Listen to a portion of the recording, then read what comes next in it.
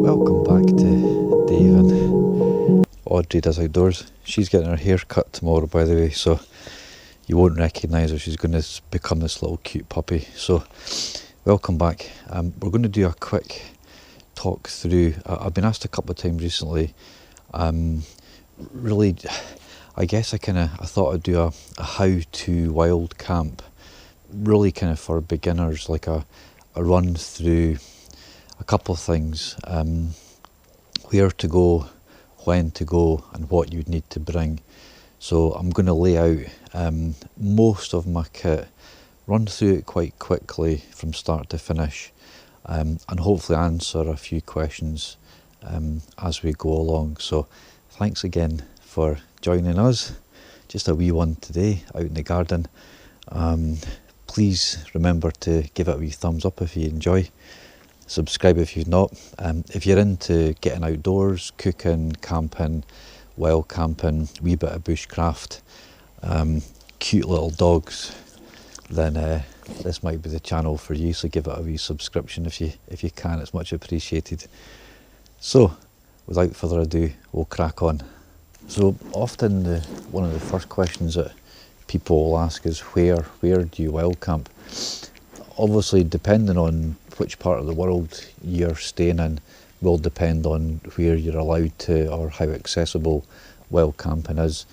Luckily, I live in Scotland where there's a right to roam law that was passed, so you have probably a lot of access compared with some countries, but you still need to be, sensible about it and not abuse either the outdoors, the nature, or the ground and land that you're entering and staying in. So it's worth just having a little bit of research before you go. Where are you going to go? Is it local? Is it far away? Have a little look. Google Maps is good. If you've been there before, often if I'm out dog walking, I'll be like checking for little spots, or if I'm out with the kids, I'll be checking for suitable spots. So definitely somewhere that you've been before is good. Definitely I would consider back garden. See, for your first wild camp, just do a wee run through, get all your stuff as if you're disappearing, but do it in the back garden. Visit your gran that you've not seen for a wee while, pitch in her back garden, or go to a campsite where you know you're not going to get into any bother. Take all of your kit, and that way you can do a full run through of everything that you need. So that practice run is really, really important. So that's kind of a rough idea, kind of sort of where. Go local, go safe for your first couple until you're feeling a bit more confident and secure within your own abilities. Another consideration is when. So you obviously want to be sort of thinking about the weather, the time of year. Going away in Scotland in January, it's going to be sub-zero, which is, a different kettle of fish in terms of equipment. So when to go, you want to be going during the day in daylight. You don't want to be setting off after tea when it's pitch dark. You don't know where you're going. So the first couple of trips you want to kind of minimise risk. So you want to be as safe as you possibly can. So when to go, time of year, time of day, look at the weather forecast as well. If the weather looks like it's going to be dry and settled, fine. If you're into a bit of kind of rain or wind, then so check the weather forecast as well. So we've talked about where and when. So the next question is kind of how. What do I need to take? So we're going to go through my equipment, from the sort of sleeping, from the tent, sleeping, cooking, toilet, spare stuff, first aid, right the way through to some smaller essential items. And obviously you've got your kind of rucksack. So, we need to consider kind of sort of weight as well. And when you start to add water in there, for every litre of water, there's about a kilogram in weight. So if you're going the distance, you need to be considering how much weight you're carrying as well. So we'll get down and we'll just kind of go through the wee list. This is everything that I would need to go away for a single night, maybe multiple nights. Obviously I don't have any fresh food that would be in the cooking section. I'd probably take more liquid. So we'll just run through it. So obviously you need to be thinking about your tent or your hammock, depending on what you're going to be sleeping in. So you need to make sure that you've got all your poles, your pegs. I like to put a wee bit of an undersheet to protect the tent a little bit. So I know that's all there, so I can pick that up. That's my tent. Moving on, sleeping bag. You know, this is a tiny wee thing. I don't use this. Normally a sleeping bag's bulkier. So again, the sleeping bag, important to be thinking, what temperature am I going down to? Is it going to be suitable for the conditions that I'm sleeping in? Mat for underneath. You've seen this well used. This is the Thermarest. You really need a mat. The air mats are good. Solid foam, the foam ones work. Again, do a bit of research. If it's going to be cold, you want something that's got a good R rate. The R rating is just the rating of protection from the cold, because that will ruin your night. If you end up being cold, you'll have a poor night. Little pillow. You know, again, you can stuff an empty bag with clothes, but the wee pillows are about a tenner. They don't take any space up, and they're really comfortable. So again, sleeping bag and mat. So already we're starting to, you've got your accommodation sorted, you've got your bed sorted. Think of it like those sort of terms. I put my trekking chair. So again, a chair, it's not essential, but if you're around the fire and you're wanting to stay there for a wee while, it's worth thinking about the chair. Comfort, how long you're away for. After your sleep, you're cooking. So again, you need to be thinking, what am I using? So this was a wee win of mine from the Montrose Bag Company. So I've just got my cook set. So, you know, gas, plenty of gas. Cooker, I've got this little gas cooker. It's an MSR Pocket Rocket. Again, most of this has all been reviewed, so check out my previous videos. Lighter here for this, but also a spare lighter, which I've got here. I'll show you that later on. That's a little solid fuel bar. Keep that in there in case there's a problem with this. So I can light that, and you know, you can heat up water and cook stuff. So obviously you're thinking about, what am I going to eat? So if you're taking a dehydrated meal, all you need to do is boil water. So all you need is this and the cup. If you're sort of having a fire, you're boiling potatoes, vegetables, you're cooking a bit of a bigger dinner, you might need to consider this. And again, it's really easy to forget a utensil. This was a handmade spatula. I can't remember who gave it to me, but thank you if you're watching this. It's a brilliant wee thing. So frying pan, pot, etc.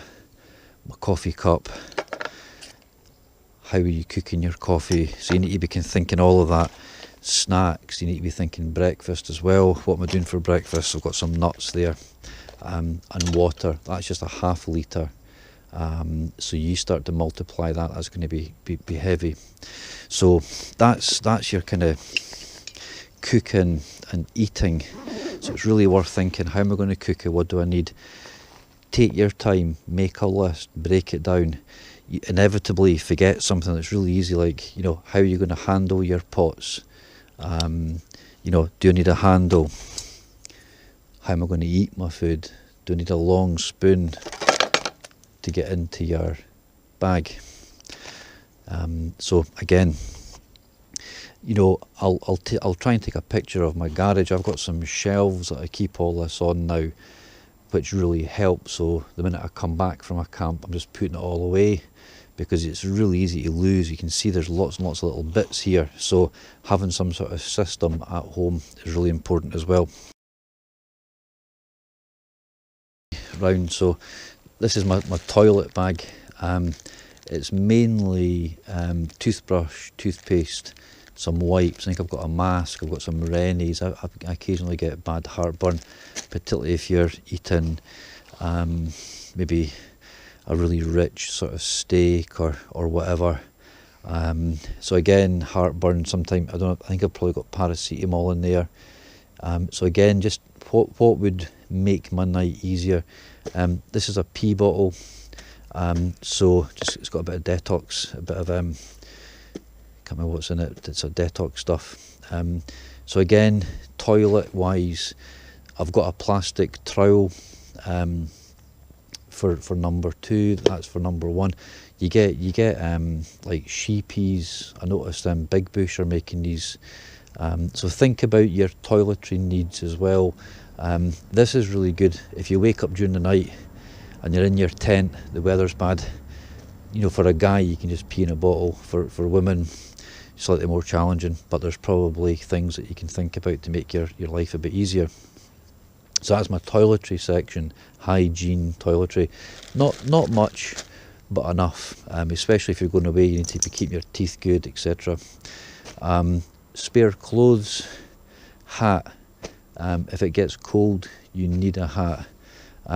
So that's some socks, some underwear, a couple of shirts. And again, this is in a roll dry bag. So you're wanting to be thinking about that as well. On one of my videos, I hadn't put the lid on and I managed to soak, so now I've got a few more dry bags to keep. My sleeping bag's got a dry bag as well. So that's my clothes. So moving on to some of the sort of more smaller items. So this is my first aid. I won't go into detail,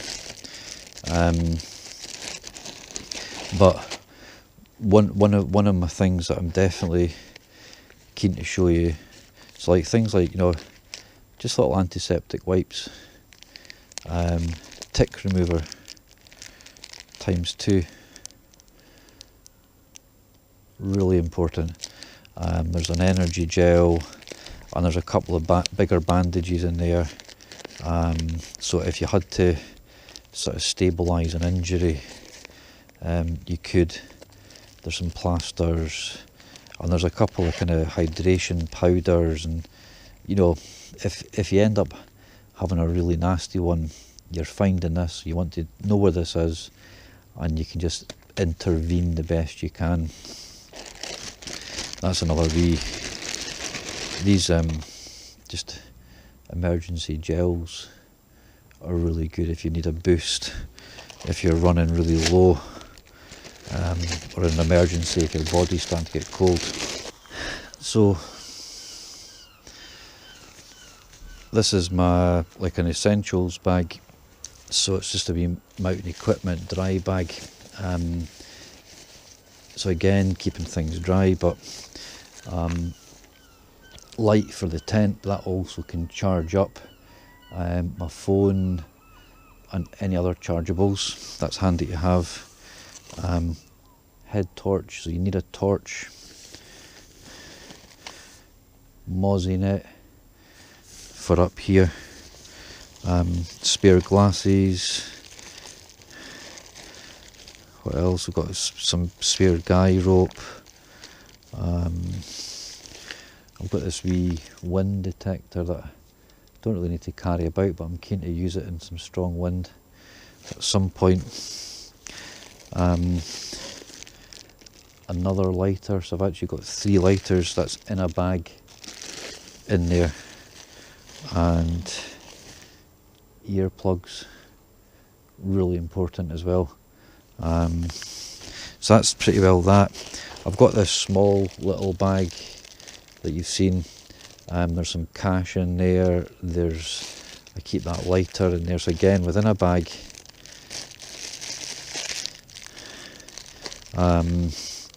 You know, I've got dog bags, and this tends to be a little bit kind of sort of multi-purpose. Kind of, I've got my spare batteries or some camera gear in here. It's not very big, but it's fine, and I can also buckle her on it. And then sort of lastly, things like, you know, are you going to carry an axe up? You know, if it's small and local, then possibly. If it's a distant hike, probably not. And again, these are good for around the fire, but you know, I've had these on as well. My hands are cold. These are just cheap work gloves, but they're good for fire work, hot pot and pan work. I think we're going to call it a day. Audrey's just run off. She's thinking somebody's coming out in the garden. I hope you find that useful. It's just a really quick little run through of a kind of sort of basic introduction to kind of wild camping. You know, each piece. I mean, occasionally you can forget you know, like if you needed to create a spoon or a fork out of some wood, you could. But there's certainly, you know, essential pieces like your sleeping. You know, how warm am I going to be? What do I need? What am I going to eat? Break down your food. You don't want to end up going away and forgetting something really, really important that you shouldn't have forgotten. I mean, I'll forget things, you know, less and less as time's going on. Obviously, you've got your rucksack. That needs to be fit for purpose as well. How big, how heavy is that? How much you can carry? I didn't mention the knife, so again, really handy to have. I've got a couple of Mora knives. You know, that's a wee neck carry. But again, sometimes like maybe like a Swiss Army knife or something is really handy. In fact, I've got inside here, I should have, I'm sure I've got a small Swiss Army knife in here somewhere. Yep. You know, this kind of, that's got a couple little blades on it, tweezers, handy, sharp. So again, if you were to sort of lose your main knife, having a wee backup's important, and that's pretty weightless. Right, we're gonna call it a day. She's never far away. And check out my next video, because she's going to be getting her hair cut tomorrow, so she always looks amazing with her haircut.